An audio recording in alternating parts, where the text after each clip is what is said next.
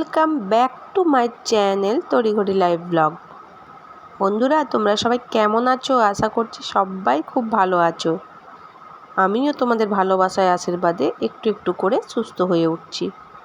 আজকে কোনো blog video আনিনি, আজকে এনেছি আমি একটা রেসিপি বানিয়েছি বাড়িতে, সেই রেসিপিটা তোমাদের সামনে তুলে ধরছি। আজকের রেসিপিটা হচ্ছে দই বড়া। আর দই বড়া কীরকমভাবে বানাতে হয় চলো আমি তোমাদের সাথে শেয়ার করি। প্রথমে নিয়ে নিয়েছি বিরি কলাই, ভিজিয়ে রেখেছিলাম জলে 7-8 ঘন্টা আগে। সেটা দেখলেই মিক্সির জারে বেটে রেখে দিয়েছি। সাথে নিয়ে নিয়েছি মিষ্টি তেঁতুলের আচার বানাবো, সেজন্য তেঁতুল ভিজিয়ে রেখেছিলাম। মিষ্টি তেঁতুলের আচার বানাবো সেজন্য তেঁতুলটা চাপিয়ে দিয়েছি, আর তেঁতুলটা একটু একটু করে ফুটে তৈরি হচ্ছে মিষ্টি তেঁতুলের আচার।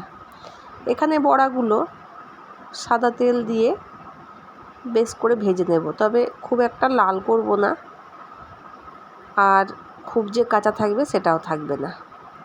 আর এই দই বড়াটা খেতে বন্ধুরা ভীষণ ভালো লাগে। তো চলো তোমরা দেখো রেসিপিটা।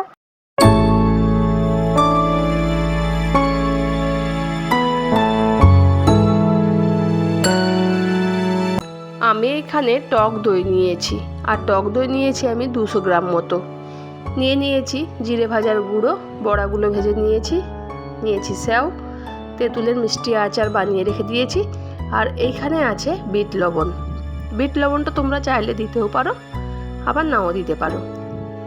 বড়াগুলো কিছুক্ষণের জন্য ভিজিয়ে রাখবো, সেজন্য চাপিয়ে দিয়েছি গরম জল।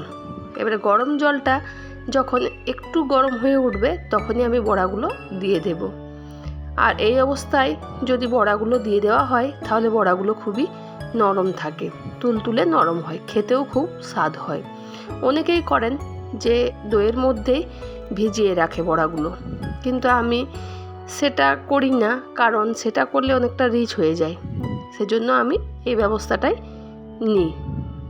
কিছুক্ষণ ভিজিয়ে রাখার পর বড়াগুলো একটু একটু করে ছেঁকে নিয়ে প্লেটে সাজিয়ে দিয়েছি। ওপর থেকে ছড়িয়ে দেব দই, আর যে সব উপকরণগুলো আছে সব একটু একটু করে ছড়িয়ে দিলেই তৈরি হয়ে যাবে আমার দই বড়া। তো রেসিপিটা তোমাদের কেমন লাগলো অবশ্যই জানাবে, আর যদি রেসিপিটা ভালো লেগে থাকে তাহলে কমেন্ট করবে। আর চ্যানেলে যদি নতুন হয়ে থাকো তাহলে চ্যানেলটিকে সাবস্ক্রাইব করে পাশে থাকা বেল আইকনটি অন করে রাখবে, যাতে আমি যখনই ভিডিও ছাড়বো প্রথমেই তোমাদের কাছে পৌঁছে যেতে পারে। তো চলো বন্ধুরা, আজকের ভিডিওটা আমার এই পর্যন্তই। দেখা হচ্ছে তোমাদের সাথে নেক্সট ভিডিওতে। ততক্ষণের জন্য তোমরা সবাই ভালো থেকো, সুস্থ থেকো, আর এভাবেই দেখতে থাকো আমার সাথে আমার ব্লগ তৈরি।